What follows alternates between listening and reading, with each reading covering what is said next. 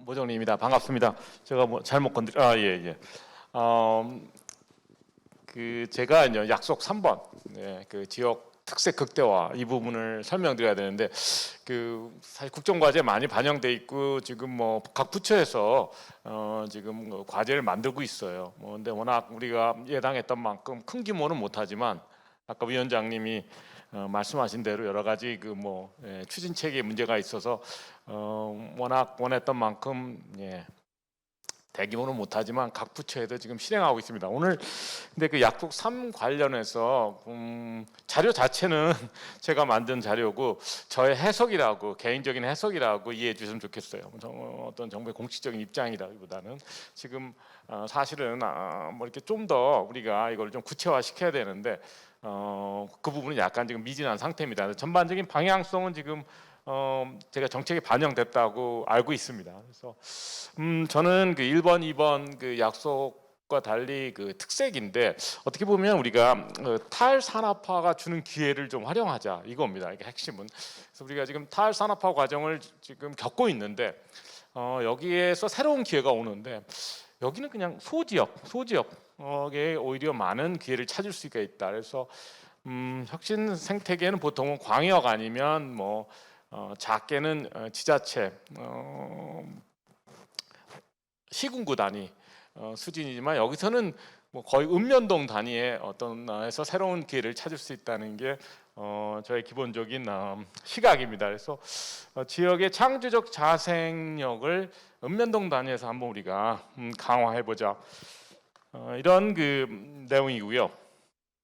보시면 결국에는 자생적 창조 능력이라면 우리가 오랫동안 얘기하던 창조 도시 문제입니다. 그래서 수도권과 비수도권의 문제가 사실은 어떤 혁신 역량뿐만 아니고 창조 역량에서도 지금 큰 차이가, 오히려 창조 역량 쪽에서 간격이 더 벌어지면서 지역 균형 발전이 악화되고 있다, 불균형이 악화되고 있다는 게 제 생각이고요.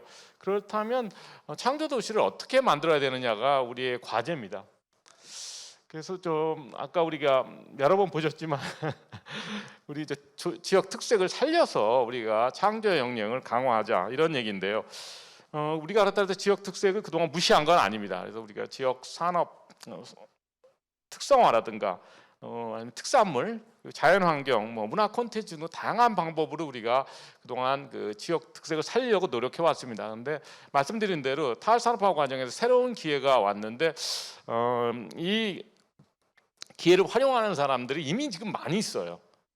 지역에 가면 로컬 크리에이터라고도 하고 로컬 크리에이터 기업이라고도 하는데, 우리가 로컬 크리에이터 기업을 육성해서 우리가 지역 특색을 좀 더 활용하자, 이런 취지에서 우리 과제를 제안했습니다.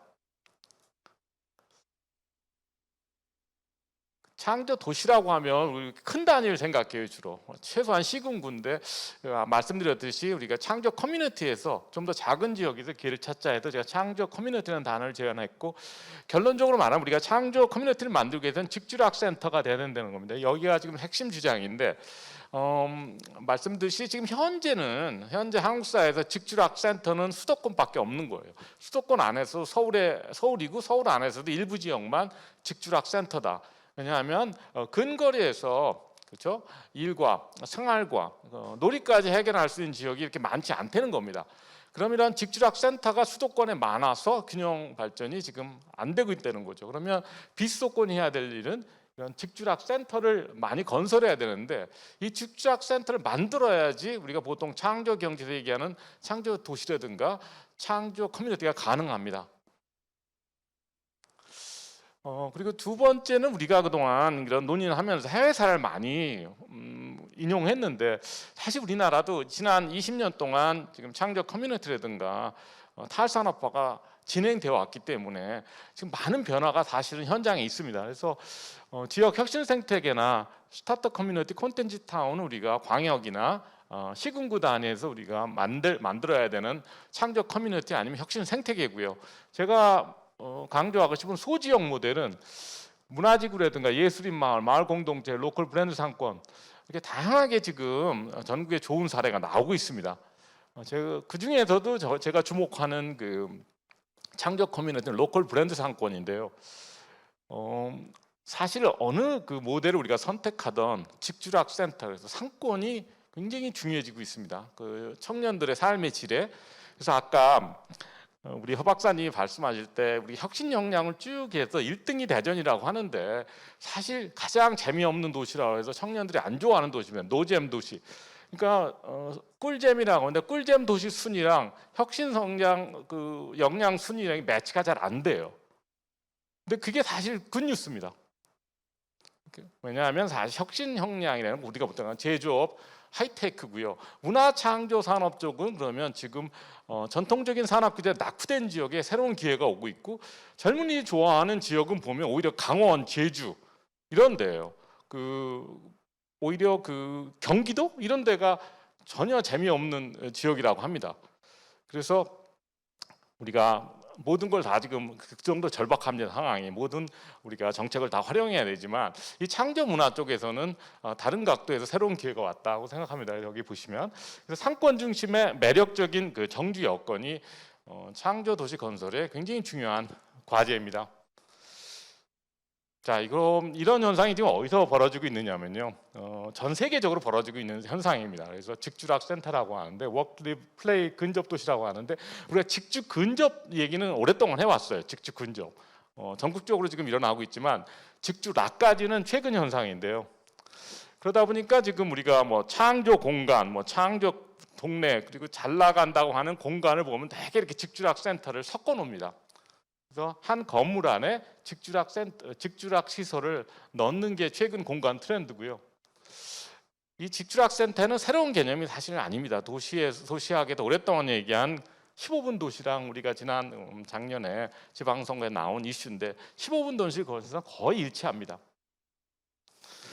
서울 상권을 보면 코로나를 거치면서 우리가 옛날에는 오피스타운 갖고는 안 되고 상업시설만 갖고도 안 되고, 그래서 직주락 센터 주로 이제 주거 지역의 상권이 활력을 유지하고 앞으로도 계속될 거라는 거죠. 그래서 요새 창업하는 청년들은 일부러 변두리 주거 지역으로 가서 창업합니다. 여기 보시면 상계동, 부가현, 북가정, 도곡동, 그리고 그 상업 시설만 있는 그 지역들, 홍대라든가 보시면 여기에 강남역 이런 지역은 매출이 거의 50% 이상 떨어졌고요. 주거 지역에 있는 상권은 건강한 편입니다. 같은 홍대 지역이라도 연희동, 망원동, 해방촌, 여기는 이태원 지역인데 거기는 매출을 유지했고요. 이런 식으로 해서 직주락이 모여 있는 동네가 상권은 활력을 유지하는데, 그게 뭐 어떻게 보면 당연한 겁니다. 그러니까 관광객 수요에만 의지 않고 주민 수요를 또 균형을 맞추기 때문에 상대적으로 안정적이고, 그러니까 직주락 센터가 되다 보니까 사람들 거의 시간을 많이 보면서 하나의 커뮤니티를 만들어서 다양한 로컬 문화를 만들고 있어요. 그래서 로컬 크리에이터라는 게 사실은 별게 아니고 로컬 문화를 만드는 뭐 기업가 아니면 주민이라고 보시면 됩니다. 그래서 로컬 크리에이션이 직주락 센터에서 활발하다는 거죠.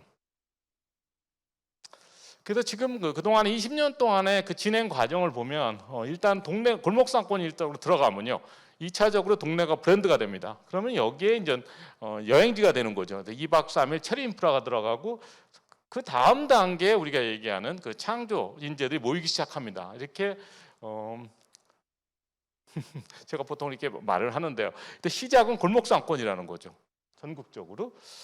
그러다 보니까 지금 서울에서는 그 트렌드 패턴이 바뀌어서 트렌드 중심지의 강북으로 넘어갔다고 합니다. 자, 이게 뭐 보면 뭐 다 아시겠지만 성수동, 한남동, 뭐 서교동 이런 데인데요. K-팝 기획사뿐만이 아니고 대기업, 뭐 명품 기업까지 다 지금 강북 골목 쪽으로 이사합니다. 그러다 보니까 이제 그 가로수길이랑 성수동을 표현하는, 그러면 보통 가로수길은 세련되고 고급스럽다 하지만 성수동은 뭐 이런 단어를 씁니다. 뭐 힙하다, 낡았다, 낙후됐다. 그러니까 낙후된 것이 지금 장점이 되는 그런 지금 변화를 우리가 지금 그동안 20년 동안 목격했고, 여기서 새로운 기회가 있다는 거죠. 그래서 골목 상권도 우리가 기성세대에서는 단순히 젊은 친구들이 가서 놀고 뭐 술 마시는 데줄 알지만 시작은 그렇게 합니다. 근데 여기서도 커뮤니티 비즈니스 성격이 굉장히 강해요. 그래서 독립서점, 베이커리, 커피점, 게스트하우스가 중요하고, 그런데 시간이 지나면 2차 산업 이런 업종들이 들어가기 시작합니다. 2세대 업종들인데 이게 문화산업 성격이 굉장히 강합니다. 그래서 뭐 복합문화공간, 라운지, 콜리빙, 코워킹 들어가면 3세대로 넘어가면 여기에 이제 우리 기성세대가 아는 패션이라는 거, 화장품, 스타트업 산업들이 들어가는 거죠. 창조 산업이라고 합니다. 사실 그래서 이렇게 골목상권을 시작해서 도시산업 생태계로 지금 자리 잡은 곳이 어떻게 보면 문화 창조 분야에서는 한국을 대표하는 산업단지는 홍대 지역입니다. 그래서 뭐 처음에는 라이브 클럽이나 이런 뭐 음식점을 시작했지만 시간이 지나면서 지금 사실 한국을 대표하는 리테일 뭐 패션 브랜드는 대기업 아닌 브랜드 얘기하면 되게 홍대에서 나옵니다. 오늘 시간이 없어서 다 설명을 못 드렸지만 새로운 브랜드는 홍대가에서 아직도 많이 나오고 이제 이런 변화가 성수동은 넘어간 거죠. 강북 그 균형 발전 차원에서는 이렇게 직주락 센터로 해서 어떻게 보면 그 서울의 중심 가장 살고 싶은 지역으로 부상하는 곳이 마용성입니다. 2016년 되면 육강 체제가 자리 잡습니다. 그래서 강남 3구 그리고 옆 3개 아래 마용성이 2016년 육강 체제가 자리 잡는데 7등이랑 격차가 커요. 그래서 2019년에 가면 용산이 송파구를 넘어갑니다. 그래서 용산이 3등이고 4등이 송파, 그다음이 성동, 마포 이런 식으로 해서 육강 체제인데 이게 무슨 중요한 변화냐 이렇게 말씀하시는데 제가 지역 변화를 많이 관심 갖고 관찰하는데 이렇게 거의 혁명적인 변화라고 저는 생각합니다. 왜냐하면 마포구 같은 경우는 강남 아파트 가격의 47%였는데 2019년 가면 60%까지 올라갑니다. 거의 10% 이상의 그 격차를 극복하는데요. 우리가 지역과 수도권, 비수도권 차이를 얘기하면서 지금 1%, 2%, 5% 앞으로 우리가 5년 동안에 5% 격차를 줄이면 이게 엄청난 변화입니다. 근데 서울 내에서도 남북 균형 문제가 굉장히 심각한데 세 개 자치구가 어떻게 보면 전혀 예상 못했는데 격차를 줄여갖고 6대 육강 체제의 구성원이 된 거죠. 그럼 우리가 여기서 어떤 교훈을 얻느냐가 굉장히 중요한데 말씀드렸지만 1차적으로는 직주락 센터고요. 순서를 보면 락 직주 순서로 마용성이 그 강남과 경쟁하는 상구랑 경쟁하는 자치구가 됐습니다.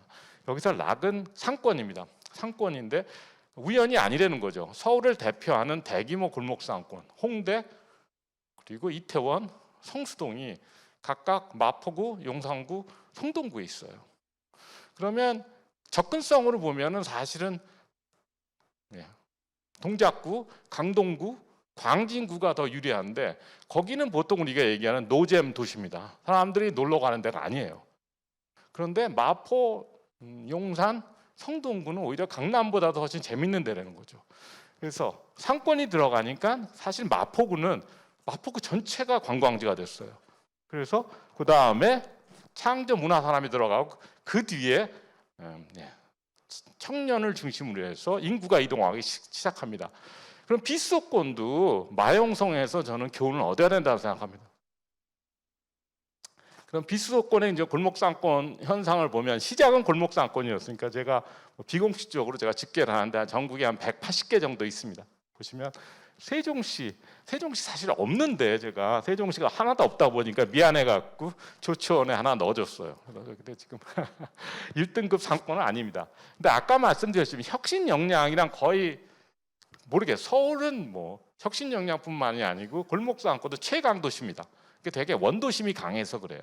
원도심이 강한 도시에 골목상권이 들어갑니다. 보시면 대전도 사실 저것도 제가 굉장히 관대하게 해서 그렇지 그렇게 골목상권이 활발한 도시가 아닙니다. 경기도 보시면 이게 우리가 주목해야 되는데 인구는 서울보다 많은데 사실 1등급 골목상권은 수원에 딱 하나 있습니다. 행궁동. 나머지는 사실 간신히 진입했다는 거죠. 그래서 우리가 탈산업화 사회를 우리가 전망하면서 문화자원, 로컬 자원이 중요하다면 우리가 그 혁신 역량이란 다른 관점에서 미래를 봐야 된다고 생각합니다. 그래서 오히려 낙후 지역은 문화 창조 산업에서 길을 찾고 전통적인 제조업 지역에서는 지금 하던 대로 고도화시키면 되는 거고요. 그래서 어떻게 보면 우리나라가 좀 더 다양해지고 있다는 증거라고 생각합니다. 그러면 지역 도시 중에서 마용성 모델을 따라가는 가능성이 제일 높은 도시가 어디냐 저한테 물으시면 저는 그냥 현재로서는 전주입니다. 전주가 여기 밑에 한옥마을에서 시작했는데 전주 원도심이 전체가 관광지가 됐어요. 그러니까 마용성 모델이 처음에 그렇게 시작했습니다. 서계동에서 시작한 홍대가 마포구 전체를 삼켰듯이 지금 한옥마을에서 시작됐는데 왼쪽으로 넘어가면 근데 여기가 특별한 이유가 중앙동, 노성동, 여기가 풍남동입니다. 그 지역인데 4개 지역으로 나누면 앵커 시설이 하나씩 있어요. 풍남동은 당연히 한옥마을이고요. 이쪽은 전주시에서 여기가 외리단길이라고 하는 지역입니다. 전주 가명인데 전주 가명을 복원했어요. 그래서 거기에 중심 시설이 됐고 저쪽이 영화의 거리 갱리단길인데 거기에 중심 시설은 독립영화의 집이라는 또 문화시설을 넣습니다. 국가 차원에서. 저 노성종 전주시청 아래에 있는 저 지역의 중심 문화시설은 한국문화전당입니다. 그래서 이렇게 4개 지역에 중심 문화시설이 있고 여기가 보행 환경이 굉장히 뛰어납니다. 전주 원도심이. 그래서 걷기 좋고 문화시설이 풍부하니까 여기 또 공방도 많이 들어가고 해서 좀 전라북도나 전주시가 좀 노력하면 지금은 사실 문화 관련된 기업을 유치해야 되는데 저쪽에 한국문화전당 저쪽에 요새 지금 호텔들이 많이 들어가요. 오피스텔이. 청년들이 지금 움직이기 시작했는데 기업들이 좀 더 들어가야 됩니다. 그래서 전주 원도심 산업 관련된 기업들, 창조 사업들을 좀 유치하면 저는 전주가 마용성 모델을 따라간다고 생각하고요. 이렇게 상권이 중요하다면 뭐를 해야 되느냐?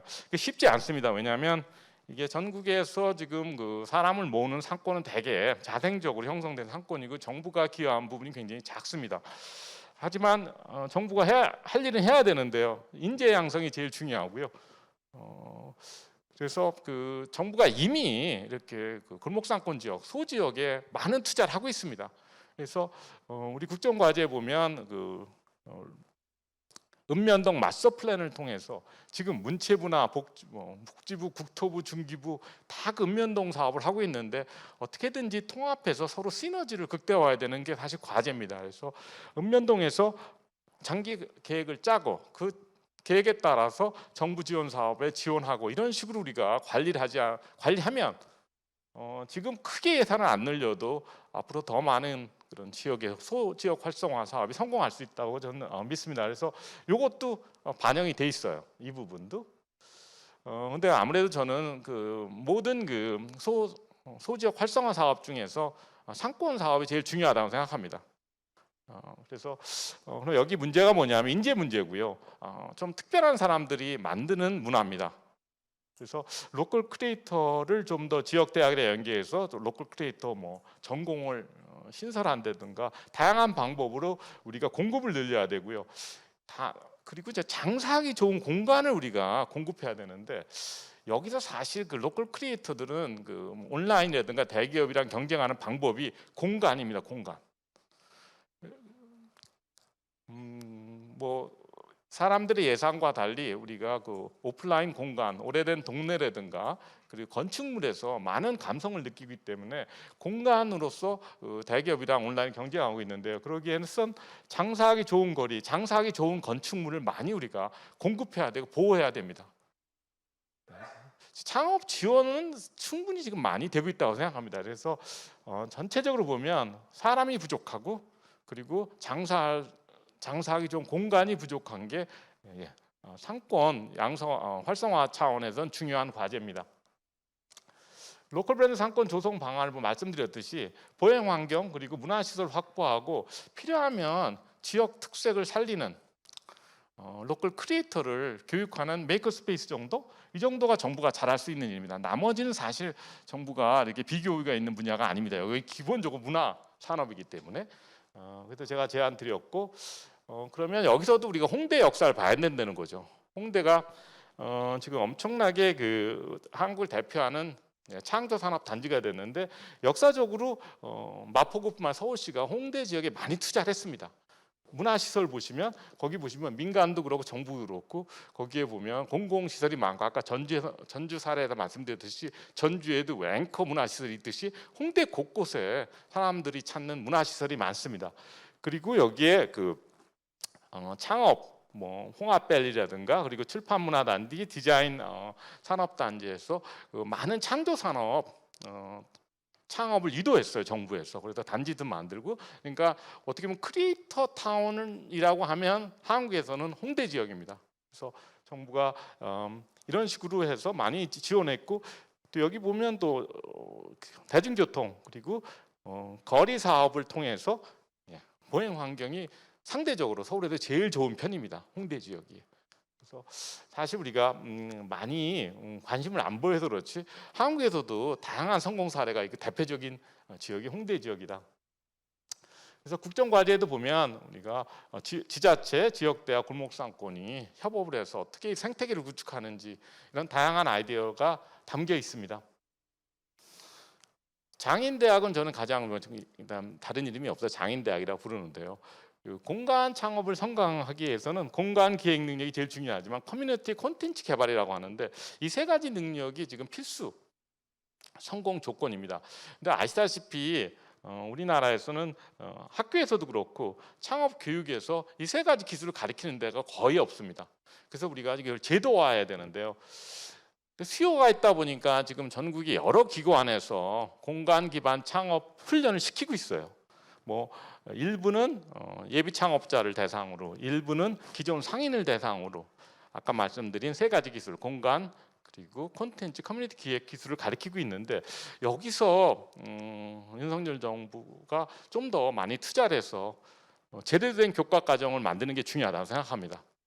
대학에서도 그렇고 그리고 창업 지원 기관에서도 그렇고.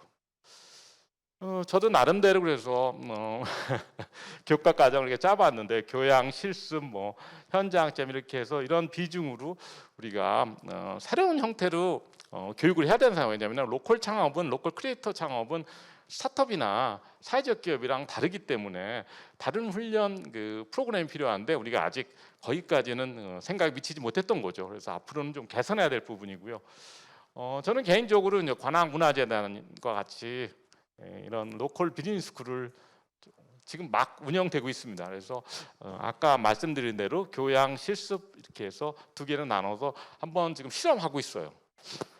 모르겠습니다. 얼마나 잘 되고 있는지 처음 하는 거라 나름대로 보람도 있는데 우리가 이 로컬 크리에이터 그 기업 육성은 말씀드렸듯이 우리 청년 정책 그리고 도시 재생 정책, 소상공인 정책, 문화 창조 산업 정책이랑 맞물려 있습니다. 그래서 앞으로 우리나라 미래에 굉장히 저는 개인적으로 중요한 분야라고 생각합니다. 왜냐하면 어쨌든 소상공인은 거의 700만이고요. 자영업도 500만이기 때문에 우리 고용의 거의 3분의 1을 차지합니다. 그래서 어떤 방법을 동원해서도 우리가 소상공인의 경쟁력을 높여야 되는 상황입니다. 근데 정부가 너무 소상공인이 어렵다 보니까 지금 소상공인 그 보호하는 데 바쁘지만 장기적으로 저는 자영업이나 소상공업 비중이 우리 경제에 얼마나 될지는 저는 잘 모르겠어요. 현재 2분의 1 수준까지 줄어들더라도 남아있는 소상공인은 로컬 크리에이터가 돼야 됩니다. 그러기 전에는 대기업과 온라인이랑 경쟁할 수 없고요. 그래서 지금 잘하고 있는 기업들에서 우리가 교훈을 얻어서 빨리 이런 그 로컬 크리에이터를 많이 육성을 해야지 우리 그 도시의 어떤 삶의 질도 그렇고 앞으로 미래 창조 문화 창조 산업의 경쟁력 차원에서 그렇고 굉장히 중요한 산업이라고 생각하고 이런 관점에서 제가 이해하는 새 정부의 지역 특색 극대화는 로컬 크리에이터 기업 양성과 거의 일치합니다. 네, 이상입니다. 네, 감사합니다.